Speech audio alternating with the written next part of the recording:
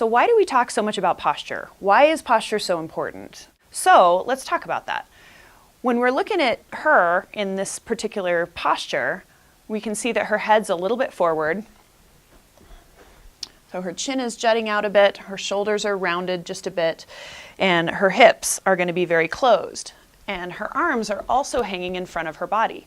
So all of this actually lowers her blood flow to her brain. It actually compresses her lungs so that she can't breathe as well. She has a reduced lung capacity, which, you know, if you're an athlete or a singer, any of those things, that really matters. And then we're also looking at the fact that her weight is definitely on her toes, and she'll tell you she can feel a serious amount of weight right on her toes. And what that does, it leans her whole body forward, making these muscles here work much harder, and her glute muscles are turned off. Her belly is totally disengaged, so her core is totally off, her knees are locked, and all of her weight's on her toes. So if all I say to her is, Dina, if you would shift your weight back onto your heels for me. Good. You'll notice her whole body straightened up just a touch, just by making that slight change, and then immediately her head wants to come back over her body. So once the head comes back over her body, then we're going to educate her how to stretch the chest muscles so that those aren't quite so tight, strengthen the upper back muscles, engage her core, and unlock her knees. Now you'll notice where she is now, her hands are drifting in front of her thighs. You'll see a lot of people where their hands are drifted in front of their thighs, and that is then pulling them forward because the whole weight of the arms, gravity's winning, you just keep pulling forward. So what we're going to do instead is we're actually going to loosen this little tiny muscle here called pec minor, because it's the one that is pulling her shoulder blade up and rounding her shoulders forward. So we're going to strengthen the muscle back here, which I'll talk to you about in just a moment. We're going to be pulling those shoulders down, and she'll tell you she already feels a tiny bit of a stretch right here because pec minor is trying to round her shoulders so far forward.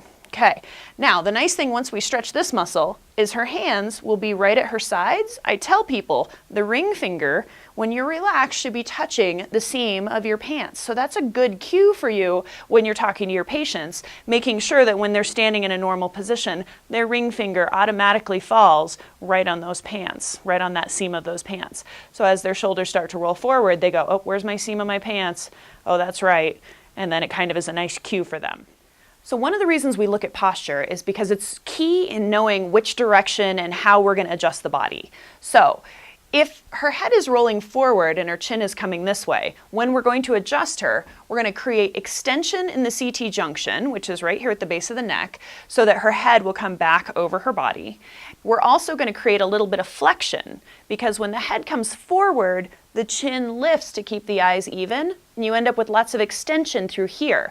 So if we find fixation at her CT junction, we're going to adjust it into extension. If we find fixation at her C1, C2 area, we're going to adjust that into flexion, or the occipital lobe. A lot of times the occipitals really need to be tucked into flexion as well. We are going to do some homework exercises which are going to help alleviate her posture so that her pain goes away. Most pain is posture related. It's kind of a chronic injury over and over and over. You're in this position over and over and over. After a while, this guy right here starts talking to you because he's working a little bit hard.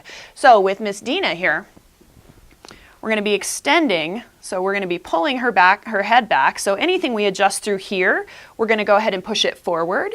Now she's got a nice curve in her low back, so anything we adjust through here, we're actually going to be pulling it more back, which means we're going to do a flexion adjustment, which I'll teach you guys, on this lumbar spine. Because if we do more extension adjustment, she's going to end up here, which she'll tell you is not super comfortable. So again, if we're going to adjust her shoulder, we're definitely going to be adjusting it in this direction. So you never want to adjust things more forward. And if you'll turn all the way this direction, same thing with her ribs here. If we're going to be adjusting her ribs, we're going to adjust them more towards center so that it pulls her shoulders back and approximates the ribs with the spine rather than pushing the ribs further out. Turn this way a bit. When a lot of times in school and at different seminars, docs will teach an adjustment where the ribs are going this direction. The problem with that is they get further and further away from the spine and they have less and less ability to get into this natural, healthy posture. So everything we're going to do is going to be adjusting in the direction to correct her specific posture. So on every single patient, we're going to assess posture first to make sure that we're going to adjust it in the right direction.